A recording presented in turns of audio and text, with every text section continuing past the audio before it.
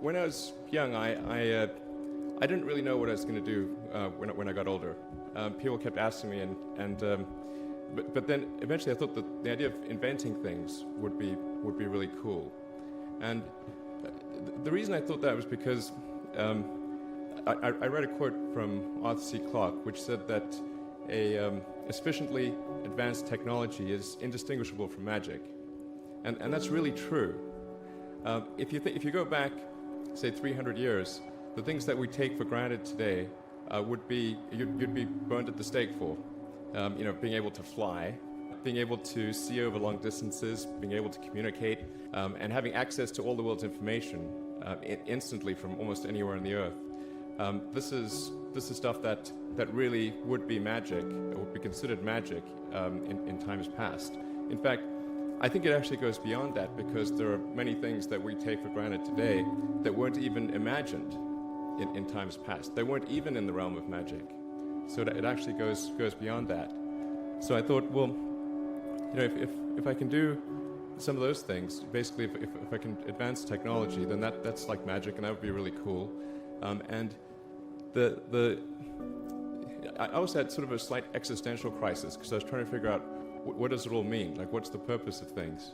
And I came to the conclusion that if we can advance the knowledge of the world, if we can do things that expand the scope and scale of consciousness, then we're better able to ask the right questions and become more enlightened, and that's really the only way forward. I think about what technology solution is necessary in order to achieve the particular goal, and then try to make as much progress in that direction as possible. I think being a multi-planet species and being out there among the stars is important for the long-term survival of humanity. But then the part that I find personally most motivating is that it creates a sense of adventure, and it makes people excited about the future. If you consider two futures, one where we are forever confined to Earth until eventually something terrible happens, or another future where we are out there on many planets, maybe even going beyond the solar system, I think that second version is incredibly exciting and inspiring, and there need to be reasons to get up in the morning. Life can't just be about solving problems. Otherwise, what's the point? There's got to be things that people find inspiring and make life worth living.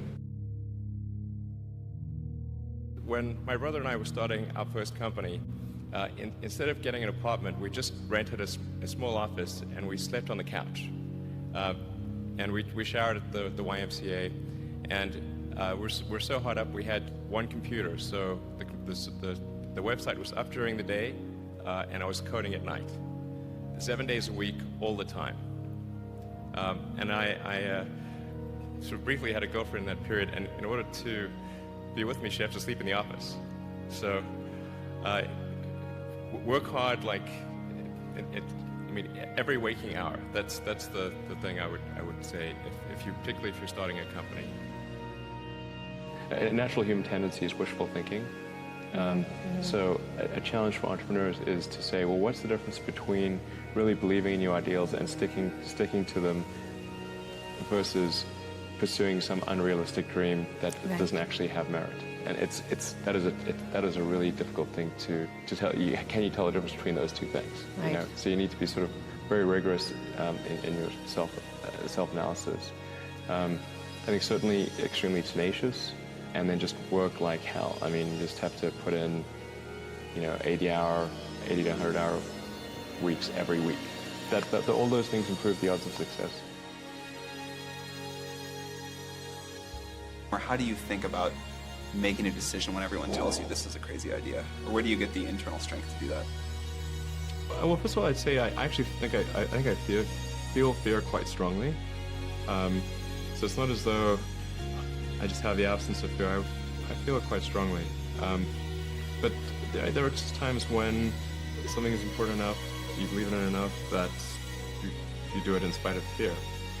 People shouldn't think, well, I feel fear about this, and therefore I shouldn't do it. It's normal to feel fear. So you just feel it and let the importance of it drive you to do it anyway? If you just accept the probabilities, then that diminishes fear. Drive overrides fear. It's about believing in the future and thinking that the future will be better than the past. And I can't think of anything more exciting than going out there and being among the stars.